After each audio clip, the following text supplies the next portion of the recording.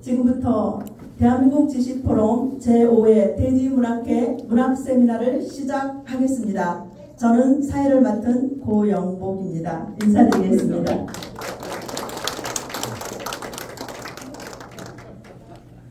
먼저 국민의례가 읽겠습니다. 모두 자리에서 일어나서 단상에 있는 태극기를 향해 주시기 바라겠습니다.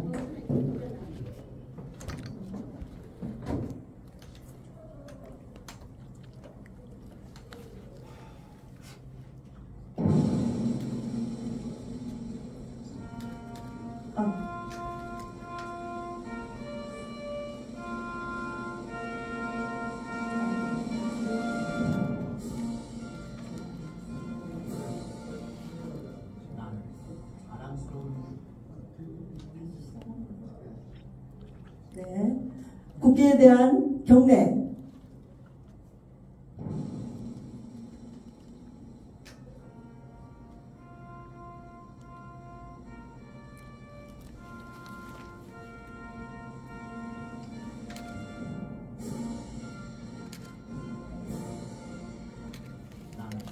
자랑스러운 태극기야, 자유롭고 정의로운 대한민국의 무궁한 영광을 위하여 충성을 다할 것을 굳게 다짐합니다.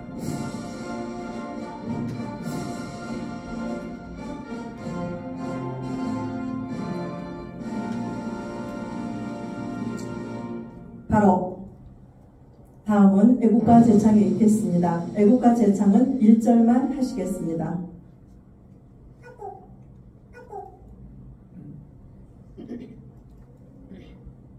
오늘 영상 하시는 분이 안 오셔서 우리 사무총장님께서 하시고 계십니다.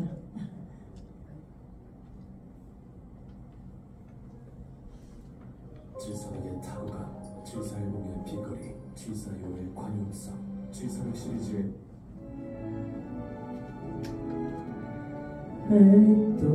백두산이 마르고 닳도록 하나님이 보호하사 우리나라 만세.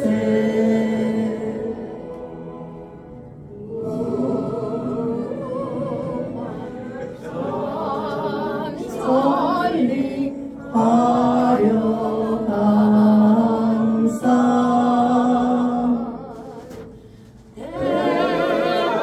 대사랑 대하늘 우리 보존하세.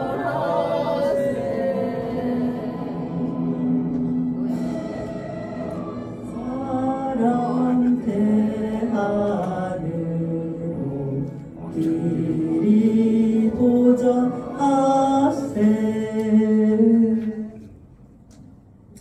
다음은 순국선열에 대한 묵념이 있겠습니다.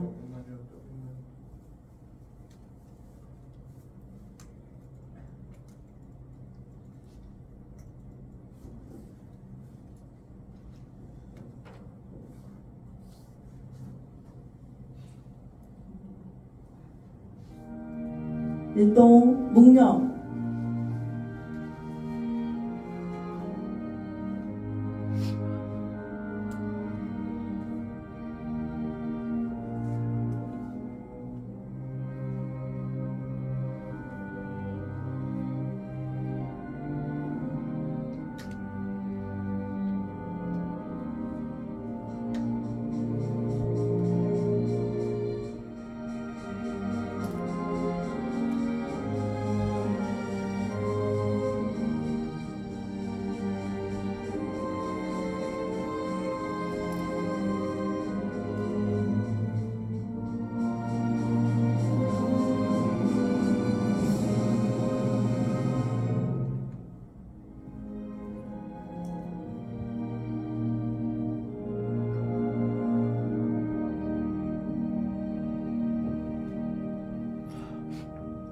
바로 모두 자리에 앉아주시기 바랍니다.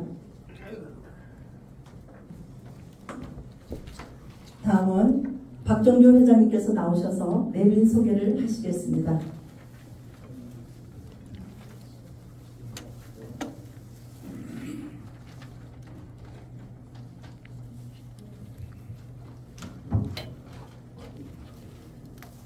반갑습니다.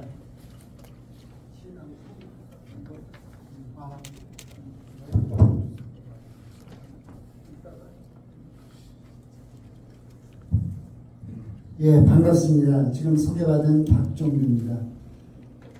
저는 현재 대지문학회 회장으로 일하고 있고요. 우리 이 건물에서 하고 있는 시인대학에서 여러분들하고 함께 일주일에 한 번씩 만나고 있습니다. 대개 여기 계신 분들이 저하고 시인대학 출신들 아니면 대지문학 회원들 중심으로 이렇게 이루어지고 있습니다. 그래서 자주 아마 뵙는 분들이 많을 겁니다. 오늘 특별히 소개할 분들 몇 분 말씀드리겠습니다. 먼저 오늘 특강, 문학 특강을 해주실 분 두 분입니다. 먼저 임문혁 교수님 어디 계시죠? 예, 앞에 나오시죠. 예, 임 교수님은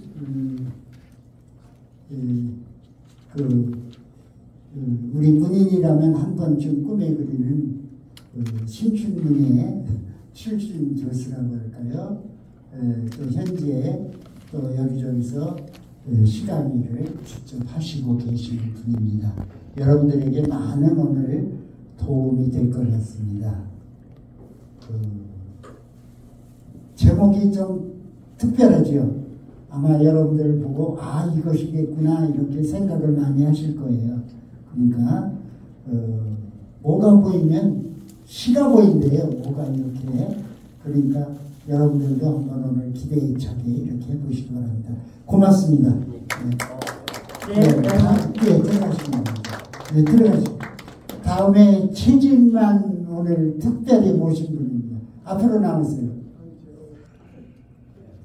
최진만 시인님은 우리 시인대학 3기 출신이고 직업을 평생 시인으로 바꾸신 분입니다. 그러니까 그리고 매년 한 권씩 시집을 쓰기로 이렇게 합니다. 박수로 환영해 주세요. 예, 이따가 제2부에서 중국을 다녀오셨거든요. 그에 관한 것을 컨설팅 입장, 경영인 입장 그런 것들이지만 문학인들에게 무슨 시사점이 있지 않을까 기대하겠습니다. 고맙습니다. 다음에 우리 이제 내부 인사로서요. 임동환 명예회장님 모셨습니다. 그 다음에 고맙습니다. 우리 지식포럼의 아주 원로 회원을 이승자 회원님 모셨습니다. 오늘 특별히 오셨는데요. 이성자? 이성자. 제가 인사받을 만한 그렇군요. 아유 불편하신데도 여기까지 찾아주셨습니다. 고맙습니다. 여러분 뵙게 돼서 반갑습니다. 고맙습니다. 다음에 시인대학 4기도 하셨나? 차동현 선생님. 굉장히 오래간만에 이렇게 오셨어요. 5기인가요? 5기. 고맙습니다. 완가름 해주셔서 고맙습니다. 그 다음에 지난번에 시인대학에 한번 오셨는데 등록을 안 하고 하시고 친구 따라 강남 간다고 오신 것 같는데 황병채지요? 황병채 오셨습니다. 고맙습니다. 그리고 여러분들 아까 간식 준 거 중에서 멀리 제주도에서 오신 분이 건너온 게 있어요. 저도 이제 하나를 까먹어봤는데 이건데 이게 그냥 제주도 얘기 아니고 농약을 전혀 안 친 거라 오래들 이게 이렇게 썩은 게 아니고 농약을 안 키워서 이런 거기 때문에 마음 놓고 이렇게 드셔도 될 거예요. 맛있게 드시기 바라고 이따 가실 때 제가 이걸 지금 드릴까 하다가 했는데 요걸 한번 보겠습니다. 이게 제주도에서 이분이 직접 저렇게 유기농 농사를 지으면서 우리 대지문학 보면 첫 번째 나오는 시인이 있어요. 토속적인 언어를 시 쓰시는 분인데 고옥순 시인이에요. 그분이 지난번에는 우리에게 그 감귤 이런 세트도 주셨잖아요. 그 유기농으로 농사진 걸 줬는데 이번에는 저 귤하고 요런 걸 요렇게 해서 또 60개를 가져왔어요. 그래서 저는 지금 처음 펴보는 거예요. 아까 어느 분이 펴보길래 같이 보자고 그랬어요. 그랬더니 그분이 보시면서 이렇게 쌌어요. 싸가지고 이렇게 놨더니 여기에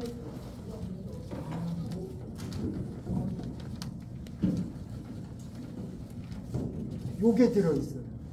이걸 다 한 분씩 주셨는데 물론 여기에 이제 물론 이제 이분도 유기농 채소를 짓지만 이런 걸로 이제 선전문도 있고요. 여기가 진짜예요. 뭘까요?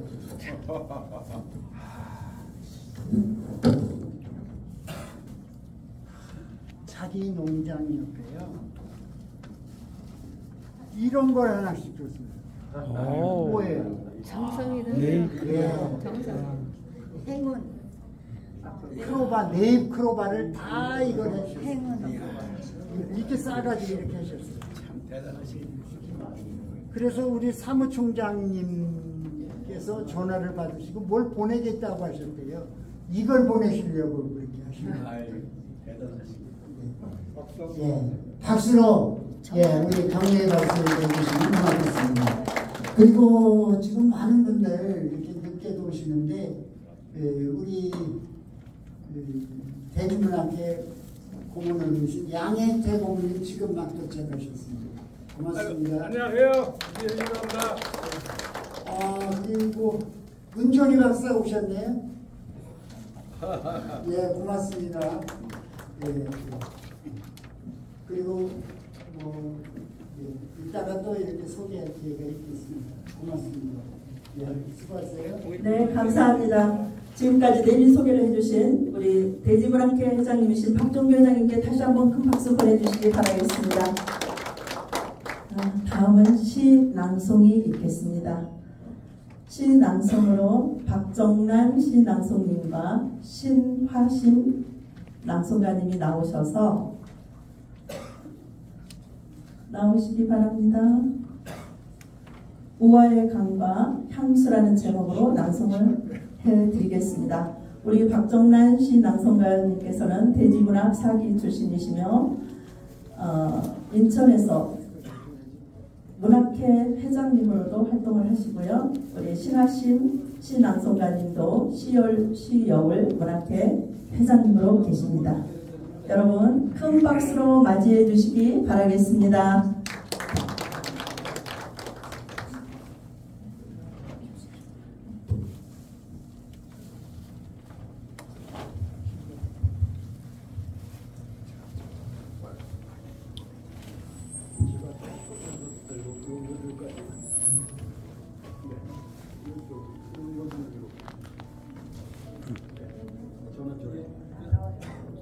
우화의 강 마정희.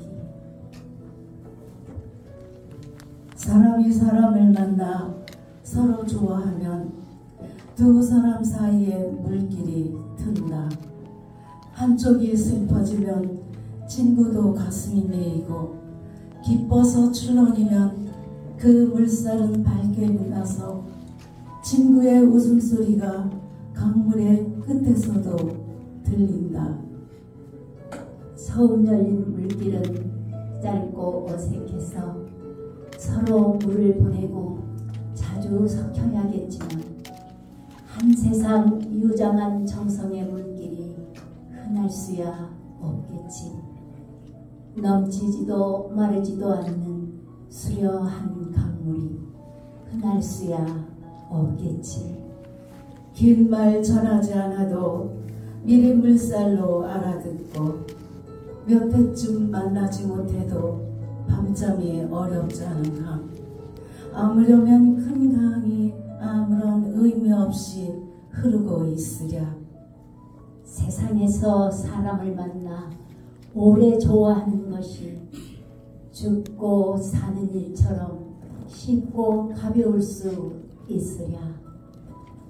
큰 강의 시작과 끝은 어차피 알 수 없는 일이지만 물길을 항상 맑게 고집하는 사람과 지나고 싶다. 내 혼이 잠잘 때 내 혼이 잠잘 때 그대가 나를 지켜보아주고 그대가 나를 지켜봐주고 그대를 생각할 때면 언제나 싱싱한 강물이 보이는 시원하고 고운 사람을 지나고 싶다. 향수 정지용. 넓은 벌 동쪽 끝으로 옛 이야기 지줄대는 실개천이 휘돌아 나가고 얼룩배기 황소가 해설피 금빛 게으른 울음을 우는 곳, 그곳이 차마 꿈엔들 이칠이야. 질화로에 재가 식어지면 빈 밭에 밤바람 소리 말을 날리고 엷은 졸음에 겨운 늙으신 아버지가 집벽에를 돋아 고이시는 곳, 그곳이 차마 꿈엔들 이칠이야. 흙에서 자란 내 마음, 파란 하늘빛이 그리워 함부로 쏜 화살을 찾으려 함추름 풀썩 이슬에 희적 시던 곳, 그곳이 차마 꿈엔들 이칠이야. 그곳이 차마 꿈엔들 이칠이야.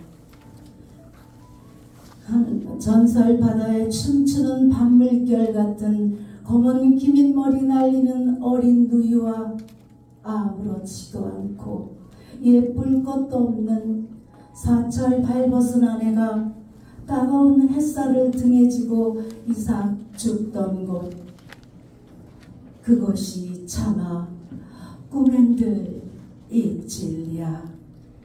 하늘에는 성근별, 알 수도 없는 모래성으로 발을 옮기고 서리 까마귀 우지짓고 지나가는 초라한 지붕, 흐릿한 불빛에 돌아앉아 도란도란 거리는 곳, 그곳이 차마 꿈엔들 이칠이야. 그곳이 차마 꿈엔들 이칠이야. 그곳이 차마 꿈엔들 이칠이야.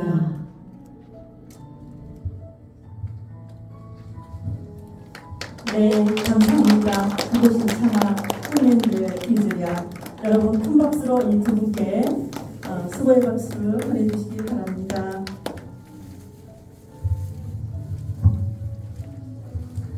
다음으로는 문학 특강이 있겠습니다.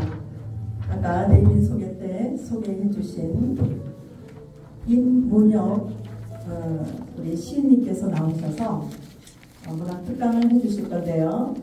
제목은 은유를 알면 시가 보인다입니다. 우리 임문혁 시인님께서는 한림대학교 외래 교수님이시고 한국문인협회 국제팬 한국본부이사, 한국현대시인협회 이사로 계십니다. 여러분 환영의 박수 보내주시기 바라겠습니다.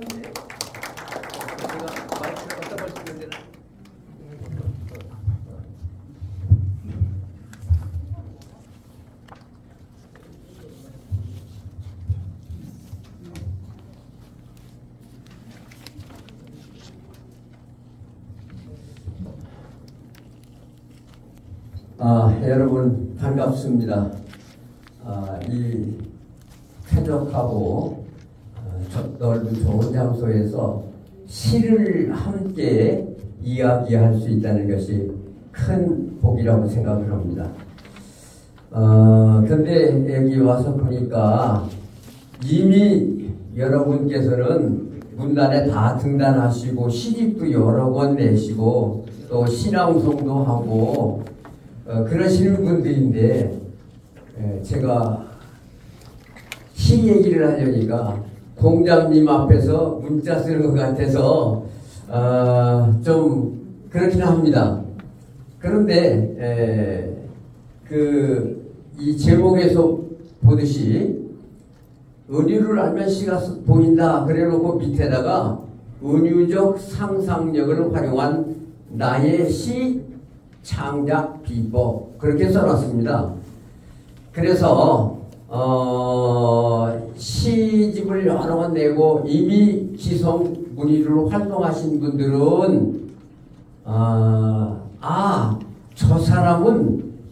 저 사람 나름대로의 그 시 창작 비법이 있나 본데 그것이 무언가 좀 한번 들어보자 그렇게 들어보시고 그렇지 않으신 분들은 은유를 알면 시가 보인다고? 무슨 소리일까? 정말 은유를 알면 시가 좀 보일까?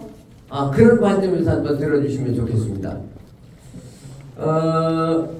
이야기를 진행하기에 앞서서 제가 시 3편을 가지고 왔어요.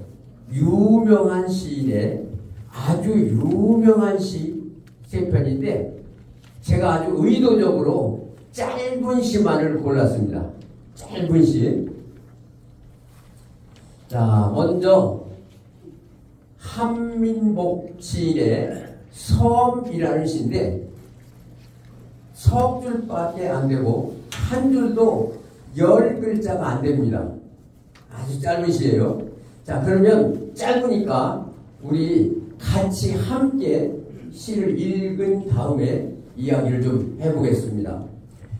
제목 섬 읽고 한민복 읽고 물 울타리를 웃었다 이렇게 읽을 겁니다. 자, 준비하시고 자, 시작. 섬 한민복 물 울타리를 둘렀다. 울타리가 가장 낮다. 울타리가 모두 길이다. 아주 기가 막힌 시입니다. 어떤 분들은 그래 맞아 참 기가 막힌 시야 라고 동의하시는 분도 있겠지만 혹 여러분 중에는 이게 기가 막힌 시라고? 무슨 소리야? 무슨 물 울타리를 둘렀다? 울타리가 가장 낮다? 울타리가 모두 길이다? 이게 뭐야? 라고 생각하실 분도 있을지 모르겠습니다. 자, 그러면 제 나름대로 이 시를 한번 감상해 보겠습니다. 저는 수많은 섬들을 찾아가고 같이 여행도 가고 그랬지만 한 번도 그 섬에 가면서 물 울타리를 둘렀네? 아니 그런데 저 울타리가 어떻게 가장 낮죠? 그리고 울타리가 모두 길이라고?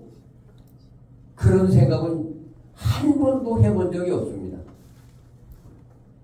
그런데 한민복 시인은 딱 섬에 가서 보고 물 울타리를 둘렀다.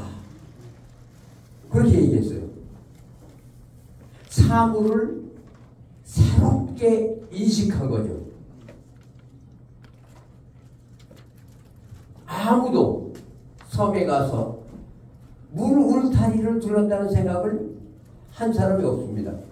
자, 그러면 울타리를 왜 두르죠? 외부의 침입자를 막고 도둑을 막고 집을 보호하고 지키기 위해서 울타리를 두릅니다. 그런데 그래서 울타리는 되게 어때요? 높직합니다. 타고 넘어올 수 없도록 높아요. 그것도 부족해서 위에다가 뾰족뾰족한 철근을 막 박아놓습니다. 그것도 부족해서 막 유리병을 떼서 뾰족뾰족하게 박아놔요. 그런데 이 섬은 어떻게 되게 울타리가 가장 낮아요. 그런데 그렇지만 그 낮은 울타리가 방어의 역할을 아주 충분히 하죠. 강화도에서 고려시대 때 몽고군이 쳐들어왔을 때 물 울타리를 둘렀기 때문에 훌륭한 방패막이가 됐습니다. 몽고군은 벌판에서 말을 타고 달리는 군사들이기 때문에 물 울타리를 둘 강화도는 정복을 못했어요. 울타리 역할을 아주 훌륭하게 했죠. 그래서 물 울타리를 둘렀어. 그런데 물 울타리가 가장 낮지만 아주 훌륭한 역할을 다 했어요. 자, 그런데 이 울타리는 이중의 성격을 가지고 있습니다. 외부의 침입자나 도둑이나 이런 것들을 막아주는 역할도 하지만 반대로 내가 외부로 나가는 것도 막아요. 그래서 나에게는 고립되는 울타리에 갇히는 그런 결과를 초래합니다. 그래서 사람들이 얘기할 때 섬 그러면 뭐예요? 육지로부터 떨어져서 따로 떨어진 외톨이, 고독감. 그렇죠? 섬 그러면. 자, 그런데 이 한민복은 마지막 주에서 뭐라고 그러면 울타리가 모두 길이다. 그렇게 말합니다. 그게 무슨 소리냐면 이 울타리가 외적을 막고 침입자를 막는 울타리이기도 하지만 이것이 그 물 울타리가 그러나 이것을 달리 뒤집어 생각하면 울타리가 모두 길일 수 있다는 얘기예요. 어떻게 하면요? 배를 타고 나가면 이 물 울타리는 고속도로를 내면 그 한 길만 길이지만 물 울타리는 배를 타고 왔다면 360도 모두가 다 길일 수 있는 거예요. 또 어떻게? 수영을 배워서 헤엄을 쳐서 건너가면 뺑뺑 돌아 모든 방향이 다 길일 수 있는 겁니다. 자, 섬이라는 섬을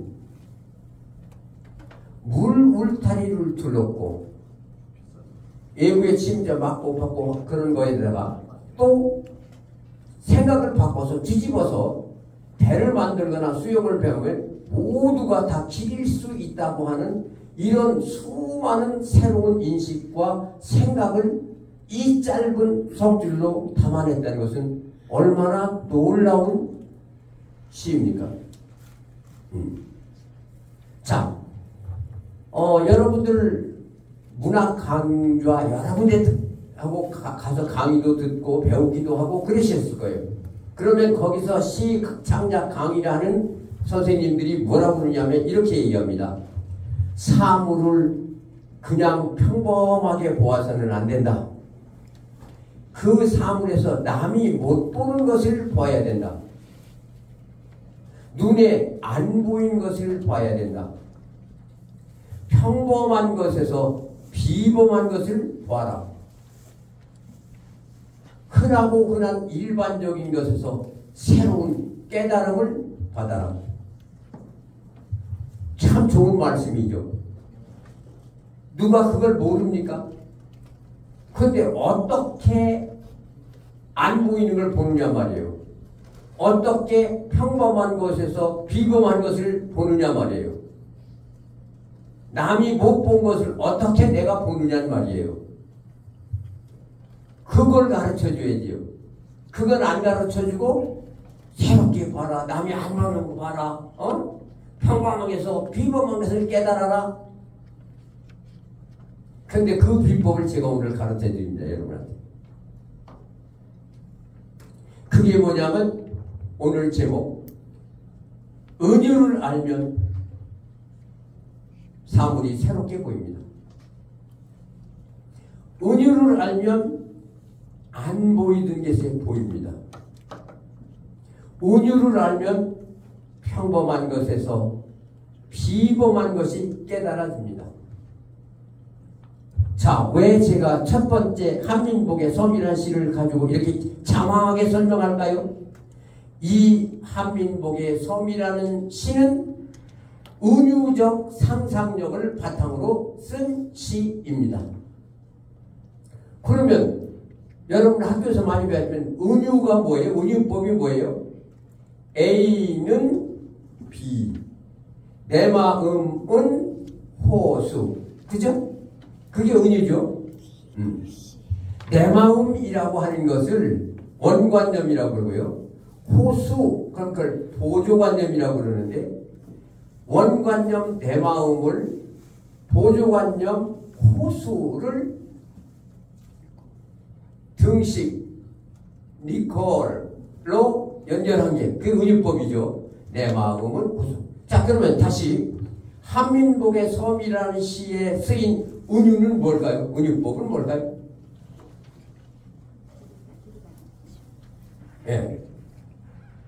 섬은 집입니다. 섬은 집. 섬은 집이라는 은유법을 가지고 이 시를 썼어요. 자, 섬은 집이니까 섬을 둘러싼 바다는 뭐예요? 울타리죠. 그렇죠? 섬은 집이야. 근데 집을 뺑 둘러싼, 섬을 뺑 둘러싼 물은 울타리야. 근데 그렇게 놓고 생각하니까 울타리는 높고 막 천창도 박아놓고 유리추억 해놓고 요새는 CCTV도 달아놨는데 이 물울타리는 그런 울타리와 달라 가장 낫네? 근데 이 울타리는 다른 돌로 친 울타리나 시멘트나 천창으로 두는 울타리는 문을 내야만, 문 하나 거기만 지릴 수 있는데 물울타리는 배를 타거나 수영을 배우니까 사방팔방이 다 길이네. 이런 새로운 인식을 하게 됐고 남이 못 보던 것을 보게 됐고 평범한 섬에서 바닷물에서 비범한 것을 깨달아 알게 됐다 이 말이에요. 자, 섬을 섬으로 보면 백날 가도 새로운 시 못 씁니다. 빤한 얘기밖에 못합니다.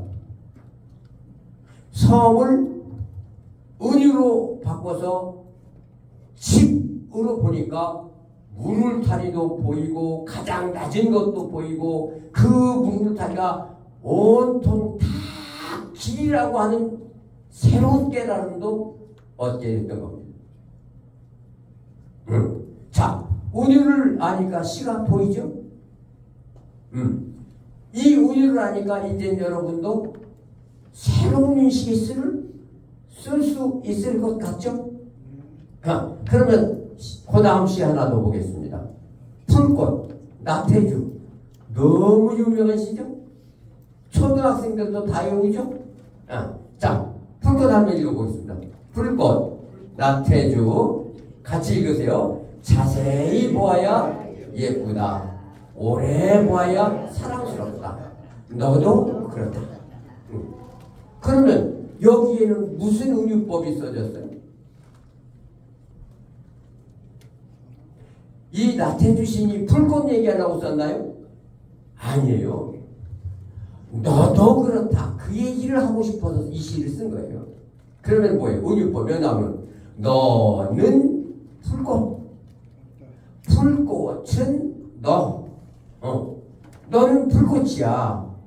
그런데 풀꽃이 어떠냐면 자세히 보아야 예뻐. 오래 보아야 사랑스러워. 근데 너도 풀꽃이니까 너도 어떻단 얘기예요? 너도 조그맣고 별 볼일 없는 것 같고 눈에 잘 안 띄지만 자세히 보면 너도 참 예뻐. 오래 보면 너도 사랑스러워. 그 얘기를 하고 싶었던 거예요. 나태주 시인은 초등학교 교사를 평생 가서 교장 선생님으로 퇴임했어요. 그 조그만 어린 아이들 특별하게 잘나거나 특별하게 예쁘거나 특별하게 뛰어난 게 없어. 그냥 그런 조그만 애들인데 그런 아이들도 자세히 보았더니 얼마나 예쁜지 몰라. 오래 봤더니 참 사랑스러워. 그래서 너는 불꽃. 그리고 이 시를 썼는데 이게 아주 유명한 시가 되어버렸잖아요. 이 시를 쓴 비법이 뭐라고요? 은유적 상상력. 자, 그럼 한 번 더 보겠습니다. 그 다음에 한 장 넘어가서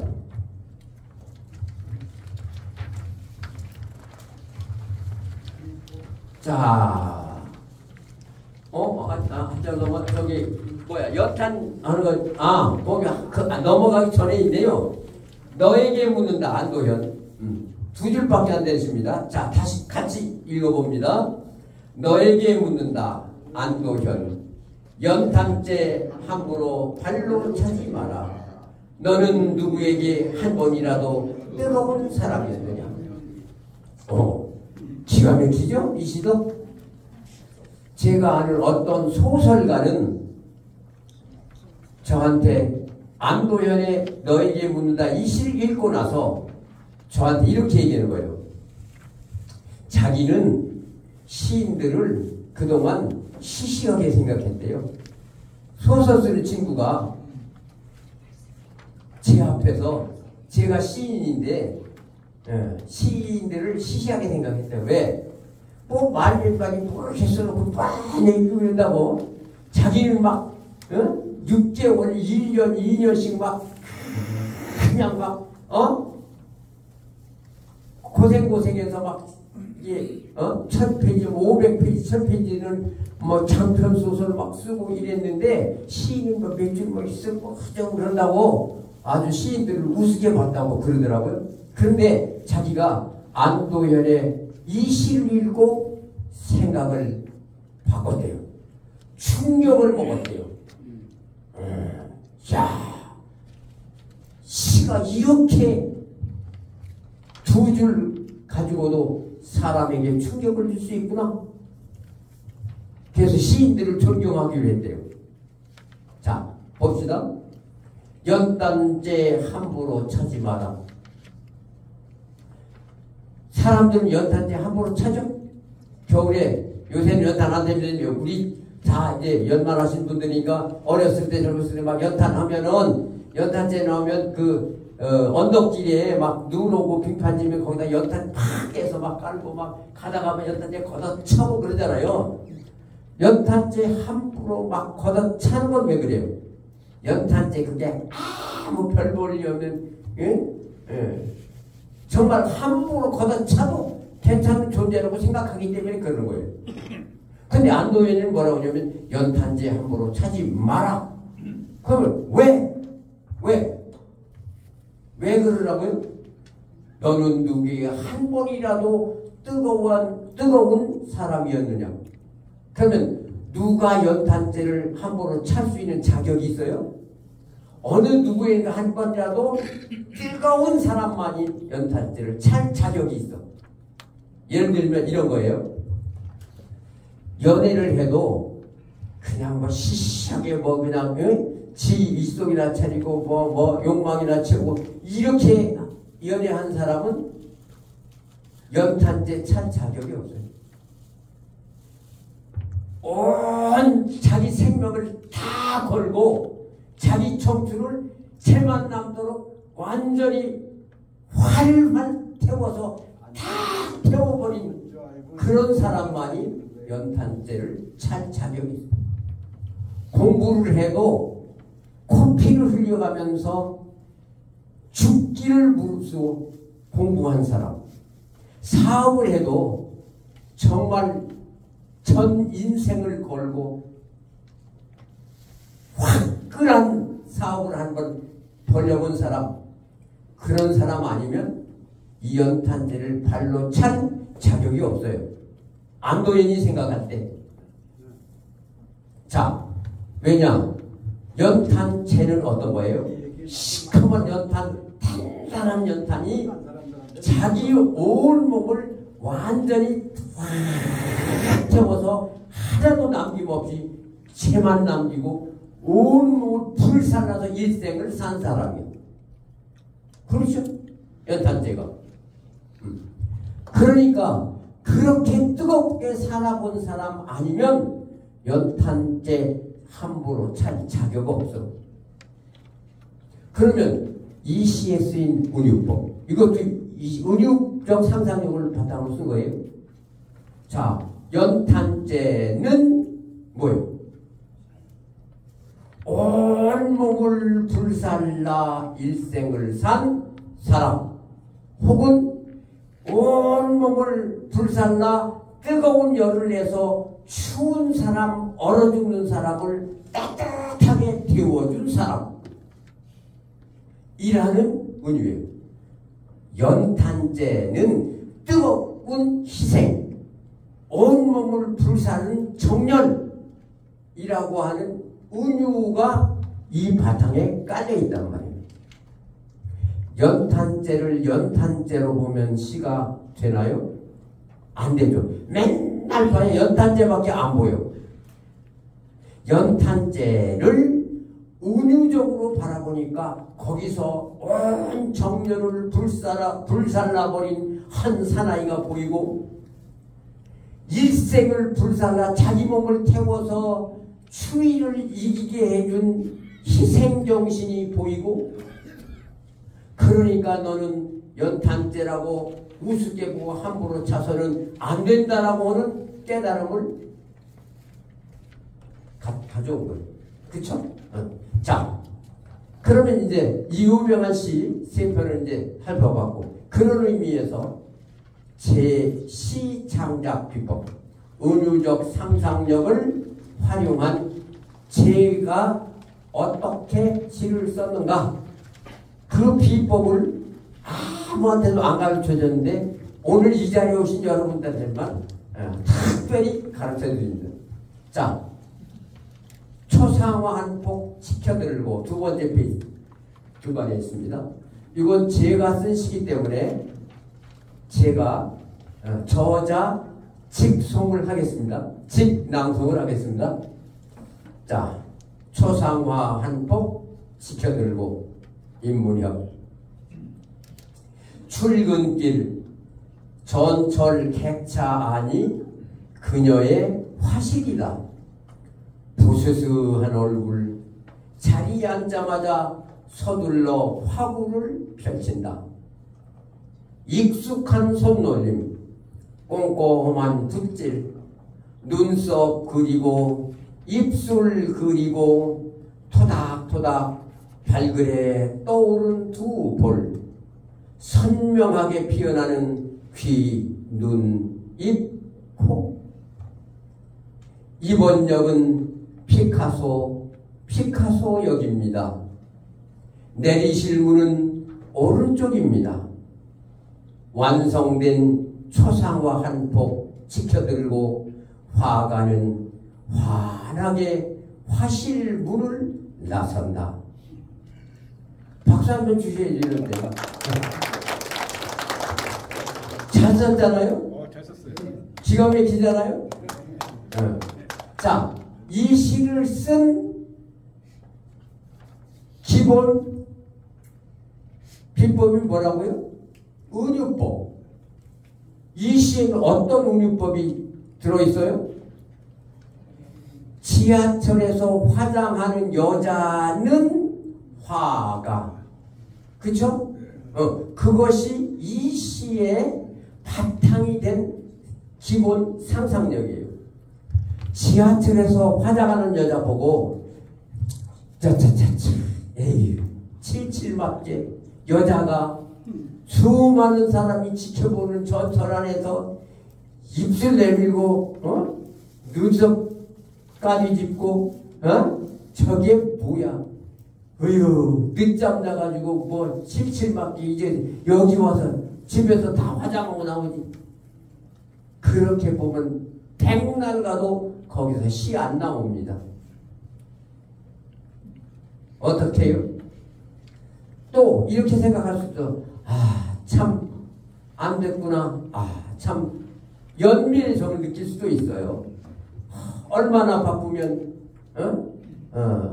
집에서 다 청소하고 밥하고 남편 출근 준비시켜서 다 출근시키고 애들 막 옷 입혀서 도시락 싸서 학교 보내고 자기는 미처 출근 준비할 시간도 없이 막 서둘러서 그냥 가방 안에다 그냥 화장품 다 끌어담고 와서 지하철에 앉아가지고 막 참 이런 연민의 정을 느낄 수도 있을 거예요.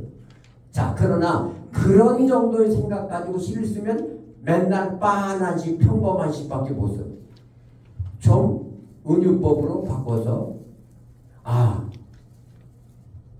저 화장하는 여자는 화가네? 자, 그런 은유법을 바탕으로 보면 그러면 이 여자가 화가라면 이 여자가 타고 가는 이 전철은 뭐예요? 움직이는 화실이죠. 그쵸? 움직이는 화실이야. 그러면 이 여자가 화장하는 이 도구는 뭐예요? 다 그림 화구, 그림 도구 화구예요. 그래서 이렇게 시작하는 거예요. 출근길 전철 객차 아니 그녀의 화실이다. 자, 그러면 두 번째 서둘러 화구를 펼친다 하는데 화구는 뭐예요? 화장품 도구죠, 사실은. 근데 화구예요. 걔 눈썹 그리고 다른 거 다 써여서 얼굴이 환하게 피어났어. 그렇게 되면 이 여자가 자기 얼굴 화장한 건 이게 뭐예요? 화가니까 그림이에요. 이 그림은 그럼 풍경화예요? 정물화예요? 아니지요. 초상화죠. 걔 초상화 다 그렸어. 이제 내딜력이 됐어. 그럼 내딜력은 국회의사당역이에요? 당산역이에요? 아니지요. 피카소역이어야 되죠. 자, 이 화장하는 여자를 화가로 보았기 때문에 객찬이 화실도 되고 얼굴 화장한 것이 초상화가 되고 그 역이 피카소역이 되고 그쵸? 이렇게 남이 못 보던 것을 봤고 남이 미처 느끼지 못한 것을 느끼게 됐고 생각지도 못한 새로운 전철역도 하나 생겨났고 그리고 부수산업으로 막 손을 앉았다가 나중에 딱 완성된 초상화 탁 들고 환한 얼굴로 지하철을 나설 수 있는 거죠. 자, 이렇게 이제 저는 어떤 사물을 볼 때 은유를 바탕으로 해서 새롭게 보고 안 보이는 걸 보내고 거기서 새로운 걸 봐면서 시를 쓰는 것이 제 시 창작의 비법입니다. 자, 시간이 얼마큼 남았죠? 5분? 10분? 끝? 이 시간 봐서 제가 이걸 조절하려고 그래요. 자, 앞으로 그러면 2편만 하고 끝내겠습니다. 그건 아주 간단하게 끝내겠습니다. 자, 소를 타고는 여러분이 각자 읽어보세요. 이게 무슨 소리냐면 소를 타고는 구두를 신고라는 뜻이에요. 구두를 소로 봤어요. 구두는 소. 그렇게 쓰시고요. 자, 넘어가서 호수 한번 보겠습니다. 세 번째죠. 호수.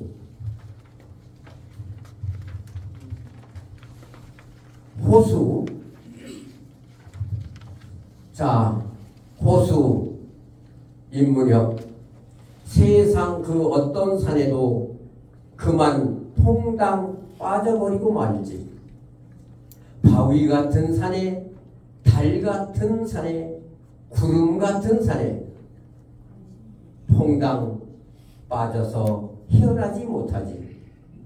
하느님의 너른 가슴도 깊이 빠져 잠겼네.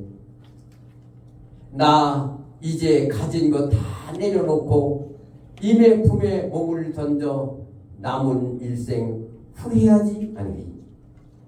자, 이 시는 호수는 그 여자, 호수는 그녀라는 은유법을 바탕으로 쓴 시입니다.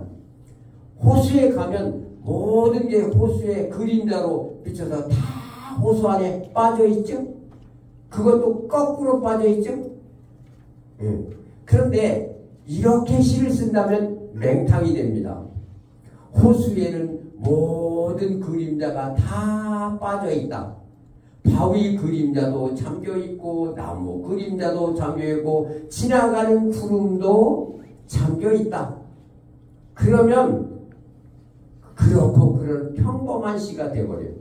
그러지 말고 호수는 그녀, 빠져있는 나무, 빠져있는 바위, 지나가는 구름은 그냥 구름이 아니고 구름 같은 산에, 바위 같은 산에 라고 바꿔주면 얘기가 달라져.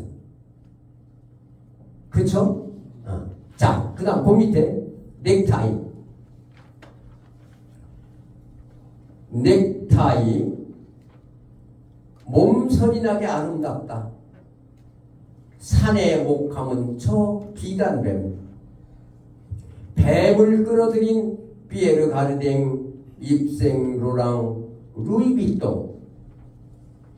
희죽 웃고 있다. 뱀의 목이 감긴 줄도 모르고 구불구불 끌려가는 사내들. 어때요? 새롭게 보이나요?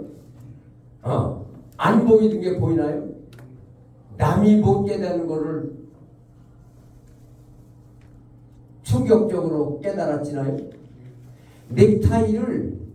넥타이로 보면 백날 봐도 빤한식밖에 못해요. 평범한 얘기밖에 못해요. 넥타이는 비단 구렁이. 이렇게 은유로 보니까 넥타이에서 안 보이는 게 보이죠? 자, 사내들이 피에르가 된 립생이나 루이비통 쫙 넥타이 보고 폼되고 있지만 사실 어떻게 해요? 비단 뱀이 목을 휘감고 있는 거예요. 그것도 모르고 남자들이 시주로 웃어가면서 폼되고 다닌단 말이에요. 그런데 그 비단뱀 무늬가 얼마나 아름다운지 몰라요. 정확히 아름답습니다. 다양하고 저는 어떤 생각이 했냐면 저 넥타이를 저렇게 다양하게 아름답게 어떻게 디자인했을까? 제가 깨달았어요. 그 디자인인들은 분명히 수많은 비단뱀의 그 아름다운 무늬에서 그 디자인을 훔쳐왔을 거예요. 자, 그렇게 하고 보니까 은유로 보니까 새롭게 보이고 안 보이는 게 보이고 평범한 데서 비반이 깨달아졌어요. 자, 그러면 지금까지 제시만 가지고 쭉 얘기했으니까 또 마무리하면 이게 마무리 끝입니다. 한민복의 부부라는 시를 한번 읽어보겠습니다. 부부. 보이시나요? 부부. 자, 제가 막 연락할 때 목이 아파요. 그래서 제가 저하고 제일 가까이 있고 아름다운 모자를 쓰고 계신 우리 이송자 시인께 부부 한 번 좀 읽어달라고 부탁을 했습니다. 조금 눈이 안 좋거든요. 아, 그러세요? 그래요? 그러면 자, 우리 미안합니다. 서은희 시인님 잠깐 요 부부 좀 한번 낭송해 주세요.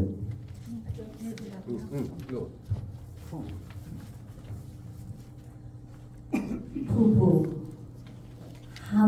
한민복 긴 산이 있다. 한여름에 잡히지 않아 같이 들어야 한다. 좁은 문이 나타나면 한 사람은 등을 앞으로 하고 걸어야 한다. 뒤로 걷는 사람은 앞으로 걷는 사람을 읽으며 걸음을 옮겨야 한다. 잠시 허리를 펴거나 굽힐 때 서로 높이를 조절해야 한다. 다 온 것 같다고 먼저 탕하고 상을 내려놓아서도 안 된다. 걸음의 속도도 맞추어야 한다. 한 발, 또 한 발. 네, 감사합니다. 예, 남성 잘해주신 우리 서민희 씨께 박수 한 번 보내주시고요. 자, 부부로 보면 넋두리밖에 안 됩니다. 부부가 서로 이해하고 구해줘야지, 참고 견디고 협력해서 잘 살아가야지. 그렇게 부부를 보면 평범하고 별 볼을 없는 부부싸움하는 그런 얘기밖에 안 됩니다. 그러니까 어떻게 해야 돼요? 부부는 긴 상, 부부는 긴 상을 마주 들고 좁은 골목을 걸어가는 것이라고 하는 은유로 바탕에 깔고 부부로 함께 살아가는 것은 얼마나 힘들고 어려운지 긴 상에 음식을 잔뜩 차려놓고 그것을 마주 들고 좁은 길을 걸어가는 것 같아.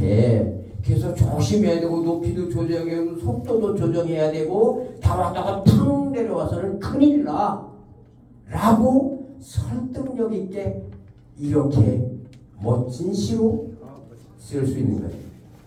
그러니까 어떻다고요? 은유를 알면 시가 보입니다. 은유를 알면 시가 써집니다. 은유를 알면 평범한 것에서 비범한 것을 보이게 되고 남이 못 보는 것을 보게 되고 평범한 사실에서 비범한 깨달음을 얻을 수 있습니다. 그것이 오늘 제가 여러분에 했던 강의 주제였습니다. 자, 근데 한 가지 문제가 있습니다. 알았어요. 선생님 강의 들어서 은유라는 걸 새롭게 깨달았습니다. 시를 쓸 때 사물을 그 자체로 보면 맨날 거기서 뱅뱅 돌겠구나.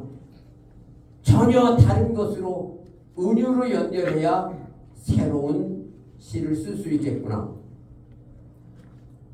그런데 그러면 어떻게 한 사물을 다른 사물로 은유로 연결할 수 있는 그거를 좀 가르쳐 주세요. 그쵸? 응? 그거는 이제 다음 시간에 가르쳐 드리겠습니다. 그 얘기 더 듣고 싶으면 다음번에 저를 또 강사로 초청해서 부르세요. 네, 감사합니다. 지금까지 은유를 알면 시가 보인다 명 강의를 해주신 우리 임문영 강사님께 큰 박수 보내주시기 바랍니다. 네, 여기 이 강의를 들으신 모든 분들은 다 시가 보이실 줄 믿습니다. 다음은 우리 대지문학회 사무총장으로 계시는 박명호 사무총장님께서 나오셔서 회무 보고가 있겠습니다.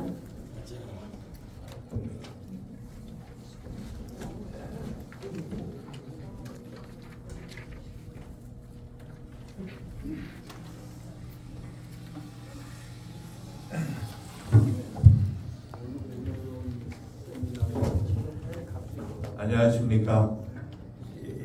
대지문학회 사무총장 박명호 인사를 드립니다.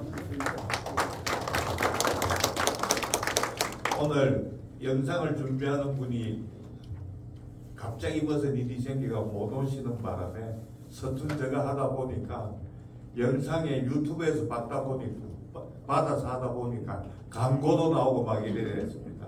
대단히 죄송합니다. 오늘 해무보고는요, 오늘 이 자리에 처음 오신 분들도 계시니까 우리가 그 대지문학회가 금년 2023년 1월 19일 날 오후 3시 이룸센터 2층 교육실 1에서 창립총회가 있었습니다. 여기서 창립총회 및 세미나를 했는데요. 우리 회장님의 박종계 회장님과 감사님 오세찬 감사님이 초대되셨습니다. 우리 회장님은 많이 보셨지만 우리 오세찬 감사님은 못 보신 분들도 계시니까 일어서서 인사하시죠. 오세찬 감사님이십니다. 이어서 1월 25일 날 이 박종규 회장님이나 수진위원 10명이 모여서 대지문학회 발전 방안에 대해서 각자의 생각을 소신 있게 발표하고 논의를 했는데요. 대지문학회는 모든 회원들의 역할 분담화 및 간부화를 하기로 했고요. 공부하는 모임으로 하기로 했습니다. 이어서 2월 11일 날 이룸센터 2000 교육질 1에서 대지문학회 2차 문학 세미나가 있었고요. 18일 날은 임원회의가 있었습니다. 임원회의 내용까지 하면 너무 기니까 간단하게 팩트만 꼭지만 설명하고 넘어가겠습니다. 같은 2월 28일 날 휴 갤러리 카페에서 회장님 외 6명이 참석해서 편집회의가 있었습니다.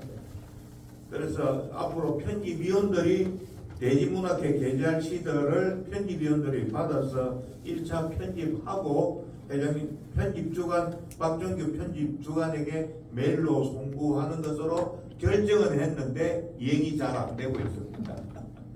죄송합니다. 3월 11일 날 이룸센터 지하 1층 여기 2장소 누리홀에서 대지문학회 제3차 문학 세미나가 있었고요. 사흘 뒤인 14일 날 평가회에서 7명이 참석해서 우리 대지문학회 행사를 치른 것을 평가를 했습니다. 우리는 문학회를 하고 나면 몇몇 분들이 모여서 이 평가회를 꼭 가지고 있습니다. 참고해 주시고요.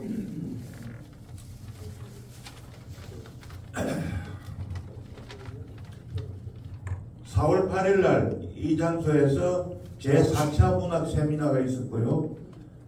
4월 15일 날은 5기 김용기님하고 6기 구명이 이 장소에서 시집 출판 기념회가 있었습니다. 그리고 5월 2일 날은 요 옆에 장원미역에서 11명이 참석해서 임원회의가 있었고요.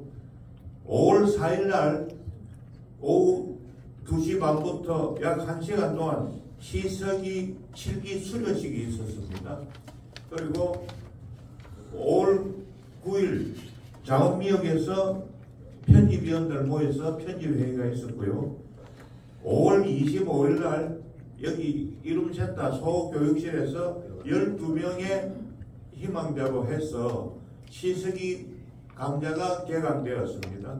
그리고 5월달 대지문학회 문학세미나는 지난 방화동에 있는 국제청소년센터에서 대한민국 기식포럼과 합동으로 있었습니다. 그게 이때까지 해무보고고요. 참고로 다음 달은 7월 8일 날이 두 번째 토요일입니다. 그날 이 장소에서 7월달 문학 세미나가 있을 예정이니까는요. 많이들 참석해 주시고 하나 광고를 또 하자면은 요즘 메타버스라 그래갖고 챗 GTP에 대해서 대단한 관심들로 많이들 가지고 계십니다. 우리 시 쓰시는 분들도 참고해서요. 노량진에 가면은 고려직업전문학교라고 있습니다. 거기서 매월 4번씩 하루에 3시간씩 4번씩 교육이 있습니다. 무료 교육입니다. 오후 2시부터 5시까지 고려직업전문학교에서 있는데요. 관심 있는 분들 많이 참석해서 교육 받으시길 바랍니다. 저도 한번 받아봤더니 지금도 받고 있습니다만 참 좋습니다. 우리 최진만 시인님이 소개해서 받고 있습니다. 이상입니다. 끝나고 나서라도 관심이 있으신 분은 학원 전화번호 같은 것도 제가 일러드릴 테니까 연락 주시기 바랍니다. 감사합니다. 네, 감사합니다. 지금까지 해무보고를 해주신 우리 박명호 사무총장님께 여러분 수고의 박수 보내주시기 바랍니다. 네.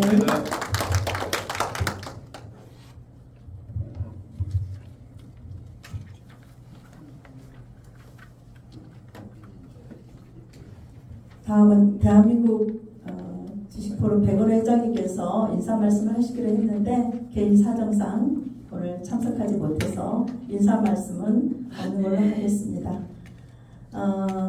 자유 발표 시간에는 신청 순으로 발표자를 정합니다. 박종규 회장님께 신청하여 주시기 바랍니다.